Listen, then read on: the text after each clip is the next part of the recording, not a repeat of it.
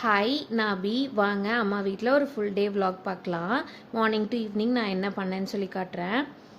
காலையில் எழுந்திரிச்சோடனே டீ குடிச்சு முடிச்சுட்டு எனக்கும் தாத்தாவுக்கும் மட்டும்தான் பிரேக்ஃபாஸ்ட் ரெடி பண்ணோம். அம்மா வந்து பிரேக்ஃபாஸ்ட் வேணான்னு சொல்லிட்டாங்க. எங்கள் 2 பேத்துக்குனால தேங்காய் சட்னி மட்டும் அரைச்சிக்கலாம் தோசை ஊற்றிட்டு அப்படின்னு சொல்லி தான் தேங்காய் எடுத்துகிட்டு இருந்தேன். தேங்காய் சட்னி அரைக்கிறது ரொம்ப ரொம்ப ஈஸி. பட் ஆனால் இந்த தேங்காய் எடுக்கிறத இருக்கிறதுலே கஷ்டம்.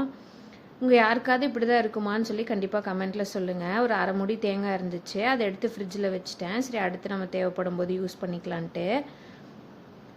தேங்காய் சட்னி எப்பயுமே நான் வந்து காரமாக தான் அரைப்பேன். பச்சை மிளகா போட்டு, நிறைய பேர் வர மிளகாவும் ஆட் பண்ணுவாங்க. நான் பச்சை மிளகா போட்டு தான் மோஸ்ட்லி ஆட் பண்ணுவேன்.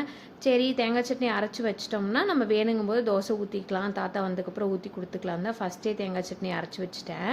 தாளிப்புக்கு நான் வந்து உளுந்து கடலைப்பருப்பு ரெண்டுமே வந்து அதிகமாக தான் கொடுப்பேன். எத்தனை பேர்த்துக்கு அந்த டேஸ்ட் பிடிக்கும்னு சொல்லி சொல்லுங்கள்.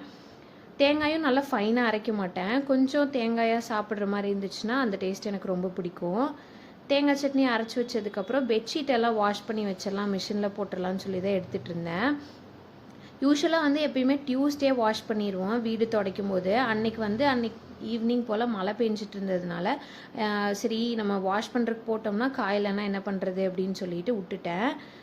பட் ஆனால் அன்றைக்கும் வந்து க்ளவுடியாக தான் இருந்துச்சு. யோசிச்சுட்டே தான் போட்டேன். சரி காஞ்சிரும், எப்படியும் ரின்ஸ் பண்ணி நல்லா கொடுத்துச்சுன்னா நம்ம டக்குன்னு காய போட்டு அந்த காற்றுலேயே எடுத்துடலான்னு சொல்லி தான் போட்டுட்ருந்தேன்.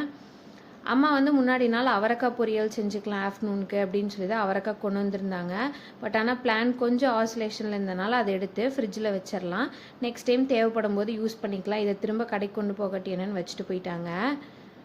இப்போ வந்து வரமிளகா தான் ரீஃபில் பண்ணிகிட்ருக்கேன். கடையில் வந்து எக்ஸ்ட்ரா ஆகிற பச்சை மிளகா வந்து நாங்கள் வீட்டில் கொண்டு வந்து இப்படி காய போட்டோம்னா நம்ம வரமிளகாயை எடுத்து வச்சுக்கலாம். நாங்கள் கடை வச்சதுலேருந்து எனக்கு தெரிஞ்சு வரமிளகா கடையில் எடுக்கிறதே இல்லை. என்னைக்காச்சும் ரொம்ப ரேராக தான் இருக்கும்.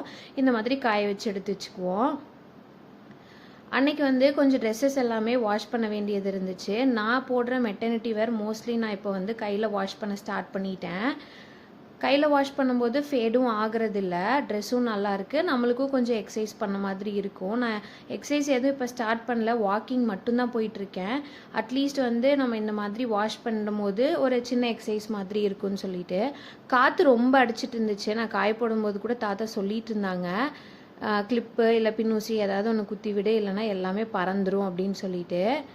சரி, நான் வந்து அப்போது அதில் வந்து 2 சேர்த்து இப்படி கிளிப் குத்திட்டேன். இது காற்றடிக்கிறதுனால ரொம்ப சீக்கிரமாகவும் காஞ்சிரும், டக்குன்னு எடுத்துடலாம் அப்படின்னு சொல்லிட்டு. கொடியில் காய போடாமல் ஏன் கேட்டில் காய போட்டோன்னா ஆல்ரெடி பெட்ஷீட் வந்து காய போட வேண்டியது இருக்கும். சரி, கொடியில் காய போட்டு திரும்ப இதை மாற்றிட்டு இருக்கணும், அதுக்கு ஒரே வேலையாக வந்து கேட் மேலே காய போட்டோம்னா வேலை முடிஞ்சிச்சு அப்படின்னு சொல்லி தான் கேட் மேலே காய போட்டுட்டு இருந்தேன். ட்ரெஸ் எல்லாமே காய போட்டு வீட்டுக்குள்ளே வந்துட்டு திரும்ப 2 தோசை மட்டும் ஊற்றி நல்லா பிரேக்ஃபாஸ்ட் வந்து ரொம்ப திருப்தியாக சாப்பிட்டேன். உங்களுக்கு இதில் பார்த்தாலே தெரியும், தேங்காய் வந்து நான் நல்லா அரைக்காமல் அப்படியே எடுத்து வச்சுருப்பேன். இந்த மாதிரி சாப்பிட்றதுக்கு எனக்கு ரொம்ப பிடிக்கும். உங்கள் யாருக்காச்சும் பிடிச்சதுன்னா கண்டிப்பாக கமெண்ட்டில் சொல்லுங்கள். ஏன்னா நான் மட்டும்தான் வீடாக இருக்கேனா அப்படின்னு சொல்லி தெரியல, பார்ப்போம். லஞ்சுக்கு வந்து அவரைக்காய் பொரியல் செய்யலான்னு யோசிச்சுட்டு இருந்தேன். பட் ஆனால் அம்மா வந்து சிக்கன் சாப்பிட்றியான்னு கேட்டுகிட்டே இருந்தாங்க. சரி, அதுலேயே கொஞ்சம் டெம்ட் ஆனதுனால சரி சிக்கனே எடுத்துகிட்டு வந்துடுங்க அப்படின்னு சொல்லியிருந்தேன். சரி, அரிசி மட்டும் இப்போ ஊற வச்சிட்டோம்னா சிக்கன் வந்ததுக்கப்புறம் செஞ்சுக்கலான்ட்டு. பெட்ஷீட் எல்லாமே வந்து மிஷின் வாஷ் பண்ணியாச்சு. அதுக்கப்புறம் வந்து எடுத்து காய போட்டுலான்னு. நான் காய போடும்போதே தெரியும் பாருங்கள் எவ்வளோ காற்றடிச்சிட்ருக்குன்னு. அம்மாவும் சிக்கன் வந்து கட் பண்ணி வச்சுட்டாங்க, நான் வீட்டுக்கு வந்து கொடுத்துட்றேன் அப்படின்னு சொல்லியிருந்தாங்க. சரி, வெங்காயம் மட்டும் கட் பண்ணி வச்சிடலாம், வந்தோடனே டக்குன்னு செஞ்சிடலாம் அப்படின்னு சொல்லி தான் கட் பண்ணிகிட்டு இருந்தேன். அம்மா அப்பா வீட்டுக்கு வந்து கண்டிப்பாக கடையிலேருந்து வந்து சாப்பிட்றதுக்கு லேட் ஆயிரும், நம்மளுக்கு மட்டும்தான். சரி, கிரேவி மட்டும் வச்சாலே போதும் அப்படின்னு சொல்லி தான் இந்த ரெசிபி ஷேர் பண்ணியிருக்கேன். அவங்க வேணும்னா நீங்கள் செக் பண்ணி பாருங்கள். ஃபஸ்ட்டு ஒரு கடாய் சூடு பண்ணிவிட்டு நல்லா தேவையான அளவு எண்ணெய் ஆட் பண்ணிக்கோங்க. எண்ணெய் ஆட் பண்ணிவிட்டு அதில் கடுகு ஆட் பண்ணிக்கோங்க. அதுக்கப்புறம் கருவேப்பிலை, வெங்காயம் 2 ஆட் பண்ணிவிட்டு வெங்காயம் நல்லா வதங்குறாங்க வரை வதக்கி விட்டுட்டு கறியை நல்லா வாஷ் பண்ணி இதில் ஆட் பண்ணிக்கோங்க. ஃபஸ்ட்டு மசாலாஸ் எதுவுமே ஆட் பண்ண வேணாம். கறியை வந்து இந்த மாதிரி உப்பு போட்டு நல்லா மூடி போட்டு வேக வச்சுருங்க. கறி லைட்டாக வேகிறதுக்குள்ளே நான் போய் ஒரு பசிக்குதுன்னு சொல்லி ஒரு பழம் மட்டும் சாப்பிட்டுட்டு வந்துட்டேன். அப்படியே மசாலா பவுடர்ஸ் வந்து நான் எதுவும் பெருசாக ஆட் பண்ணல, சிக்கன் மசாலா மட்டும்தான் ஆட் பண்ணியிருந்தேன். கொஞ்சம் ஒரு டம்ளர் தண்ணி மட்டும் ஊற்றி வச்சுட்டேன். சரி, ரசமும் செஞ்சிடலாம் கையோட அப்படின்னு சொல்லிட்டு ரசத்துக்கு புளி ஊற வச்சுட்டு அப்படியே தக்காளியும் வணக்கி விட்டுட்டேன். ரசத்துக்கு தேவையானது எல்லாமே மிக்சி ஜாரில் போட்டு அரைச்சி எடுத்துட்டு அப்படியே கூடவே வந்து சாப்பாடும் வச்சு விட்டுட்டேன். இன்னொரு அடுப்பில். மாமியார் வீட்டில் வந்து ரசம் வேறு மாதிரி வைப்பாங்க, அம்மா வேறு மாதிரி வைப்பாங்க. நான் இங்கே இருக்கும்போது அம்மா வைக்கிற மாதிரி வைக்கிறதும், அங்கே போனால் அவங்க எப்படி வைப்பாங்களோ அந்த மாதிரி வச்சுக்குவேன். தக்காளியெல்லாம் வேக வச்சுட்டு புளி தனியாக ஊற வச்சு அதுக்கப்புறம் எல்லாத்தையும் ஒன்றா போட்டு கரைச்சிட்டு அதுக்கப்புறம் நம்ம அரைச்சி வச்சுருக்கிறத ஆட் பண்ணி அம்மா வீட்டில் வைப்பாங்க. மாமியார் வீட்டுக்கு போனால் அவங்க எல்லாமே வந்து மொத்தமாக மிக்ஸி ஜார்லேயே போட்டுட்டு அதை வந்து ஒரு தாளிப்பு மட்டும் கொடுத்துருவாங்க.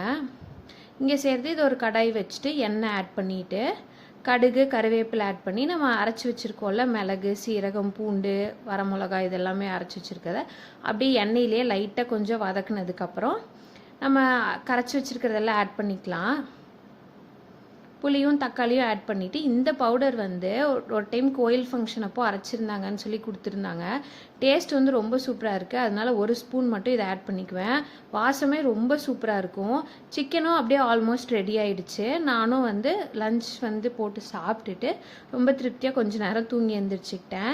ஈவினிங் எந்திரிச்சதுக்கப்புறம் ட்ரெஸ் எல்லாம் கொஞ்சம் மடிக்க வேண்டியது இருந்துச்சு. என்னோடய மெட்டர்னிட்டி வேறு காலையில் வாஷ் பண்ணி போட்டது எல்லாமே அதெல்லாம் மடித்து வச்சுட்டு இருந்தேன். கையில் துவைக்கிறது கூட இப்போல்லாம் ஈஸியாகிடுச்சு. ஆனால் துணி மடிக்கிறத இருக்கிறதுலே ரொம்ப ரொம்ப கஷ்டமான வேலையாக இருக்குது. ஈவினிங் போல் அப்படியே அந்த கஷ்டமான வேலையும் முடிச்சு வச்சுட்டு ட்ரெஸ் எல்லாம் அது இடத்துல எடுத்து வச்சதுக்கப்புறம் தான் வந்து ரொம்ப ரிலீஃபாக இருந்துச்சு.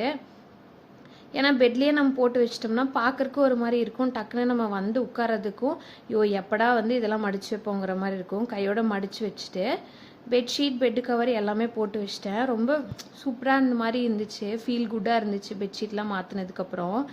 இது வந்து கடையில் நம்ம மொத்தமாக நெய் வாங்கினதுனால இந்த பேனும் ஒரு தோசை டவாவும் கொடுத்துருந்தாங்க. அம்மா நைட்டே கொண்டு வந்து வச்சுருந்தாங்க. நான் அப்போ பார்க்கல. நான் கூட குவாலிட்டி எப்படி இருக்குமோன்னு யோசிச்சுட்டு இருந்தேன். நல்லா கெட்டியாக பின்னாடி வந்து சூப்பராக கொடுத்துருந்தாங்க. நான் லைட் வெயிட்டாக இருக்கும்னு சொல்லி நினச்சிருந்தேன். பட் ஆனால் இந்த பேனும் சரி இந்த தோசை டவாவும் சரி நல்லா கெட்டியாகவே இருந்துச்சு. சரி இருக்கிறதே வாஷ் பண்ண முடியலன்னு சொல்லிட்டு எடுத்து மேலே மட்டும் வச்சிட்டோம்.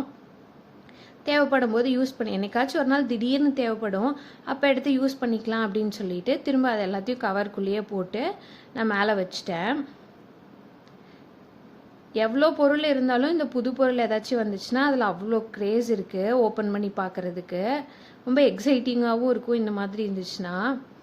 சரி வீட்டுக்கு வெளியில் வாசலில் வந்து காம்பவுண்ட் இருந்தாலும் ரொம்ப குப்பையாயிட்டே இருக்குது. பின்னாடி இருக்க மரத்தில் இருக்கிற இலையெல்லாம் விழுந்துட்டே தான் இருக்குது.